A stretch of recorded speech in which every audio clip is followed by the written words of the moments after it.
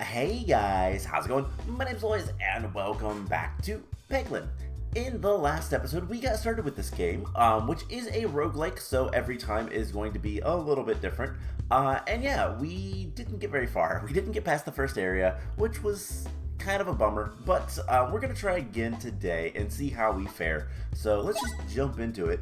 I will continue to try to explain things as I go.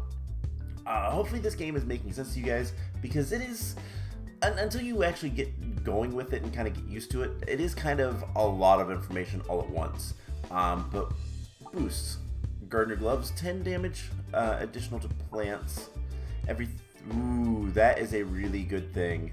We're gonna go with the powder collector. So, something that happened, we got the slime boss this time, which will be a little bit easier. The mole boss is a little bit tougher in the first area of the forest. But the first time that we played, we died to I think we died to the mole. And then I played another game later on by myself, and I got a really powerful build full of bombs. So we're going to try for that. As you can see, every time we hit 30 pegs, we get a bomb to spawn where it was. So pretty good. Well, that slime is dead. And do we have any? Let's just go this way and hope for the best. Sometimes it's best just to go for broke and not get anything. So let's. Oh, we almost got both bombs. If we would have got both bombs, we would have won. But all we have to do is hit a bomb. Shouldn't be too much. Oh no, there's still one more slime that decided to take his time. So yeah, the slimes are obviously the easy, weak monsters. And we're going to encounter more difficult monsters as we continue. Do I go all in on bombs again? I think I do. This is the Bob Orb. It converts, every time it hits 8 pegs, it converts one to a bomb. The Mem Orb does more damage based on how many pegs you've hit the entire battle, but it can only be used once per battle. And then another dagger. We're going to take the Bomb Orb. It's a play off of Mario. And I think I want to go to the right. I want to go get the treasure chest. Whoops. Wrong button. So usually I don't really care too much where I head, because it doesn't matter all that much. But it's sometimes better to make sure you have plenty of things. Now, the Bomb Orb will not actually do any damage whatsoever. We can change that later, but for the most part, it's not going to do anything. It's just going to make bombs, which in effect does a lot, but we actually have to get access to using the bombs to do anything with that. Plants are annoying because they do attack you, but everything but that last plant should be dead. In fact, we're going to do a little bit of damage to the plant, and then it's just going to be a matter of, let's actually discard this. So that's not something I do too often, especially early on, but the Dag Orb is really good if you can hit enough stuff. We didn't, but it's fine. So, more bombs. And if we can just hit the bombs, we should be fine. We're gonna have to do one more. Oh well. Later on, if we get some more relics, if we get good relics, we can do some really cool things with these. And we're gonna go ahead and upgrade. Let's go ahead and upgrade the Bomb Orb. Because that'll give us more bombs. And if that's the build we're going for, more bombs is more good. It's pretty simple. So treasure chest means we get a relic, and we got tactical treat. The reset moves after every shot. That's not the best, but not the worst. Okay, so does it really matter? Don't really care. We're just gonna go in the middle and let fate decide. Okay, so I guess we're going left. So obviously the next one should be right, so we can get more things. And we have some bats.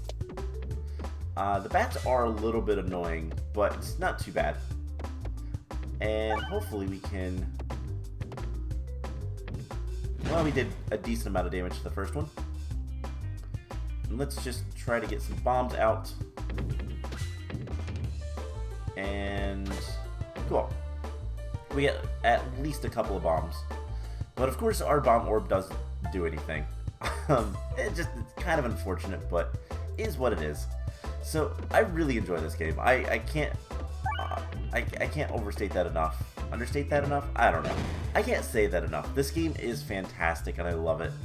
It's so adorable. I love the art. I love... even the soundtrack is good. It's repetitive, but it's not bad for what it is.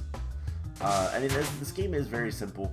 The whole idea is just to play effectively Peggle, which if you've never played PopCap games, you're really missing out, to be perfectly honest.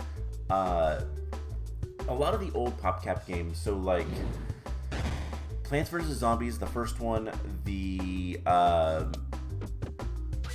Peggle, obviously, Bejeweled, Bookworm, Zuma, are all really, really good games that I think a lot of people kind of missed out, especially if you're younger. They are older 90s games, early 2000s, all that kind of stuff. Of course, by the way, if you misnavigate and land in the fire, you take damage. That's it. That's all there is. But yeah, the later PopCap games became very microtransaction-y and pay-to-win type of stuff. Plants vs. Zombie 2 is awful for that. But even, I actually really liked playing, I would play the Plants vs. Zombies Garden Warfare, which is a Call of Duty kind of parody knockoff of the Plants vs. Zombies universe, I guess. And I actually really enjoyed that game. There's like 3 or 4 of them, if I am correct in that. And basically, it's Call of Duty, and it's a lot of fun. And it's a shame that they're kind of hard to get to. You had to use what was it? Origin, I think, was PopCap's and whoever actually made the game, because I don't know if PopCap actually did it or if they sent it out to somebody else. But anyways, I'm talking about a completely unrelated game. It's a really good game, and I really regret not playing it more. And more so, I wasn't able to play at the time. I had a really kind of mediocre laptop, and I wasn't able to play the second one, even though I bought it, and it was disappointing. But not the first time I've bought games that I couldn't actually play. That's happened to me a lot, and I really need to start checking the requirements of games. Ooh, okay. Splat Orb. Okay, so the Splat Orb applies rubber slime to every 5. Makes them durable. Durable means they can be hit more often before they break. Bolt Orb is one of my favorites, and that's what we're going to take. Inferno Orb does ignite bombs on 1 hit. It's lighter, it's powerful, but it does do self-damage. The Bolt Orb is kind of the best. It's big. When you shoot it on the board, it's really kind of slow and heavy, but it hits all ground enemies. So that's what we're going to go with. The Bolt Orb is amazing. Let's go for question marks, because question marks are fun. Maybe. Okay. Anytime. No. Other way. I guess we're going this way. Sometimes it doesn't really matter where you think you want to go. You're just going to go wherever the game takes you. It doesn't matter too much. I don't really care. It's not that important. But here's the Bolt Orb. We're going to do some damage. And yeah, those 2 things are both dead. Because the Bolt Orb is amazing. I love it. But it won't hit bats. And anything that's flying or anything like that. So it is limited in some sense. But it's still a really good weapon. Orb in our disposal. So Let's hit that. Unfortunately, I didn't get any more bombs, but that's okay. We are going to go after this bomb. And hopefully, didn't get any other ones, but shouldn't be too much of a problem. We can hit this, and if we can get at least 10 damage, we'll be fine. And we got 9, of course. Oh well, this is going to be simple enough. We can just hit them and call it a day. Cool. So, 1 HP. That is an achievement, by the way, if you get to that. And we're going to upgrade to the Bolt Orb, just to make it a little bit more powerful. And I want to go to the question marks. Question marks can have some really good things. We didn't really talk about them too much, but they can be literally anything. They can be a relic. They can be an event, which is what we have here. You find another Peglin intensely surveying the area. Hello, I'm Haglin. Have we met before? I'm trying to find some good areas to open up shop. In the meantime, I can offer you a free sample. What can I do for you? Upgrade an orb. Please upgrade. It would be every 6. Or the Bolt Orb. Let's upgrade the Bolt Orb. Haglin takes your Bolt Orb level 2, tosses it in their own satchel, then pulls out a Bolt Orb level 3. Not entirely convinced that they didn't just replace your orb, but either way, you're impressed. So there is some really good events that you can get. There's also some that will do damage to you naturally. There is quite a few, and some of them I kind of forget what they do. That's where we lost our icicle, I think, last time, which was disappointing. Strange Brew. Resets and criticals contribute to damage as well. So normally they do not contribute to damage, but now they will. Do we care? Let's go to the right. Let's head towards a mini boss because that is more relics and more power in general if we can take out the boss. From seemingly nowhere, an inferno ignites around you. Okay, so this is one of the events that takes damage, but we can get 2 fireballs for it. So you grab the fireballs and they're as hot as expected for a split second, then they cool as their energy flows through, allowing you to stow them safely in your satchel. Your hands are worse for wear, but the circle of fire has subsided, allowing you to leave freely. So yeah, there is a lot of events. There is a lot that are kind of strange. There's some that are really cool in the late game, and hopefully we'll get to see some of that stuff. This is also something really cool. So, Orbsium. Dense triggers each hit peg 2 times. Can target any enemy on screen. Another Bolt Orb. We're going to go for the Bolt Orb. And this is literally a Pachinko machine. And it looks like we're going to get the dagger. So, obviously, you only get what you actually land through. But it's kind of hard to get what you want. But we're going to go this way and apparently and go fight a mini boss. So what do we have? Alright, powerful plants. That is not that big of a deal. Let's go ahead and do this first. Okay, we're going to go all the way to the other side. You know, sometimes things just don't work out your way, but it's fine. That is a good bit of damage.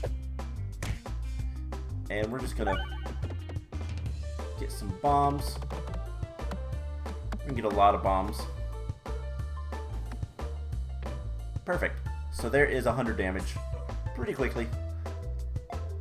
And then we can dagger. Maybe. And there's another 100 damage. And I think we'll take out the first. Yes.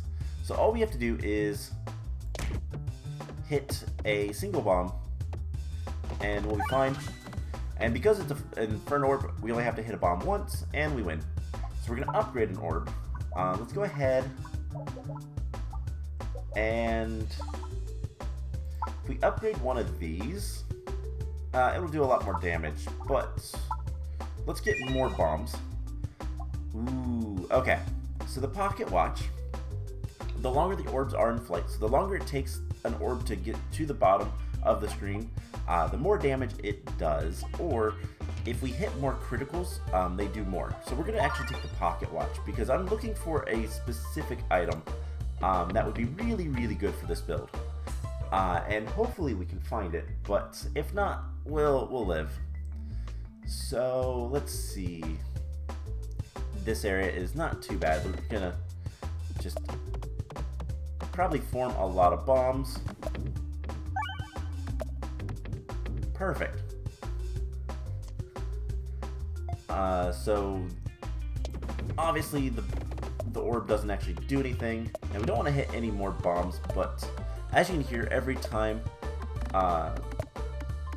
you might be able to hear the tick. You can also see the pocket watch flash. Every time it does, we get more damage. It's another tick of damage, which is really, really good. Especially if you can get the orbs to fly in the air very long. Which there are ways, which hopefully we're going to get. Alright, so one more slime after this. Nothing too difficult here. And if we could hit one more...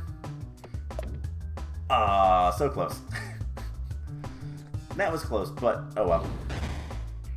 We just throw these right here. And more bombs. And that's the level. So we are a little low on health. Refresh orb refreshes the board after every 6 pegs are hit. Dark Turnbow blinds enemies.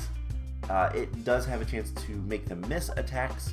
And then the Swolt Orb, which is really good, upgrades pegs so that it does more damage. Unfortunately, I think we're going to heal, just to be safe. And let's go to the boss. I don't really care about the Swolt Orb. I don't really want a lot of things. Sometimes having more orbs is more detrimental than beneficial. So this is an interesting level. The red slimes, the slimed orbs will do damage and whatnot, but they slow your momentum considerably. And yeah. The other cool thing is we switch sides where our starting is. And yeah, the slimes can be kind of bad. But it's fine. We'll get through. Let's just throw that up there. You know, it would have been nice to hit a crit, but oh well. So we're gonna hit the bomb and nothing else. That's fine. This guy does have 720 health. We've got him down to 500, and hopefully we can not have too much problems.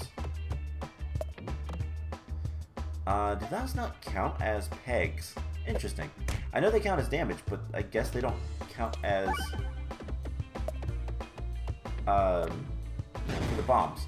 Now, the slime has absorbed us, and we'll start doing more damage. And now we're inside the slime. Kind of cool. We might not actually be successful in this. Let's hit the crit. And resets are good. Okay, this is going to do a lot of damage. We did about 300 damage in that one attack. So hopefully...